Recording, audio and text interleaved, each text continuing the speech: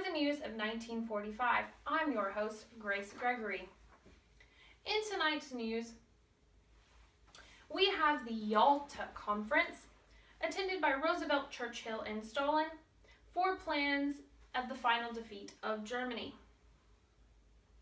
In addition, we find out that the Battle of the Bulge will have ended, last German offensive campaign of the war. FDR starts his fourth term as president, and Audie Murphy becomes the Medal of Honor winner for his services throughout World War II. Hitler gives his last speech saying that Germany will triumph. Wrong he is. And the Nobel Peace Prize is given to Cordell Hull, Father of the UN from Tennessee, Secretary of State. The San Francisco Conference establishes the United Nations, and the Potsdam Conference establishes a basis for German reconstruction after the war. The Battle of Iwo Jima occurs where the famous flag-raising photo comes from, and Interpol is dissolved, and the UN is officially formed. And great news of 1945, Hitler committed suicide, and Germany surrenders the war. May 8th is declared VE Day. The U.S. drops atomic bombs on Japanese cities of Hiroshima and Nagasaki. And Japan will finally sign its surrender on VJ Day, September the 2nd. In further U.S. events, it is saddened for me to tell you that FDR will have passed and Harry S. Truman will become the President of the United States. Sorry, dude. And the Manhattan Project tests the first atomic bomb in Alamogordo, New Mexico.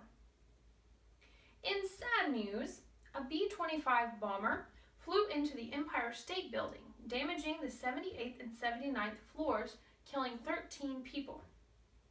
And our beloved General Patton died in a car wreck, of all things. Unemployment has again plummeted to 1.9%. And in science, Grand Rapids, Michigan becomes the first community to fluoridate its water supply.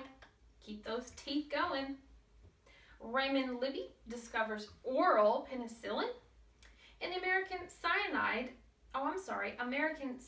Cyanamid discovers folic acid, a vitamin abundant in green leafy vegetables that women will find very invaluable when becoming pregnant.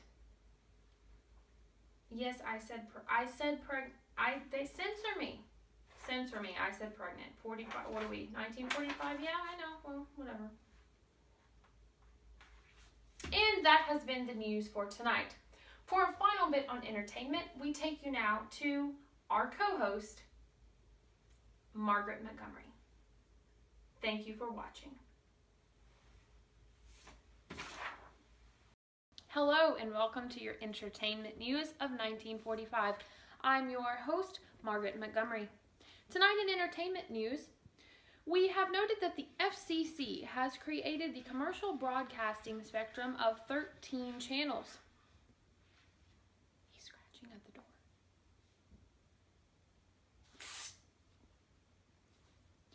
In addition, the Academy Award for Best Picture has gone to Going My Way from Paramount Pictures. And some notable movies of the year would be Mildred Pierce, National Velvet, starring a very, very young Elizabeth Taylor, A Tree Grows in Brooklyn, and one of my favorites, Spellbound, Gregory Peck. I dated him once too. Nope, just kidding, that's a lie. In additional news tonight, the song At Mail Call Today from Gene Autry has premiered, as well as Aren't You Glad You're You by Bing Crosby. In theater news tonight, Peter Grimes has premiered on Broadway. And that has been your entertainment news of 1945.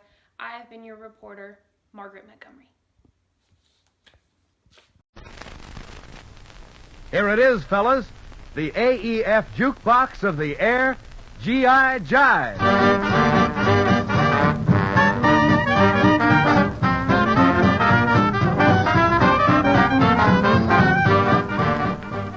Hiya, fellas. Yep, it's the GI Jive. And this is Jill, well supplied with the necessary nickels to get the old jukebox going. I've got a lot of requests to answer, so here we go with the first one for Sergeant R.R. Camel, Private Jackson, Sergeant Patterson, and Sergeant Willie Thomas at APO 708. They wrote, "Please knock us down with something by the count."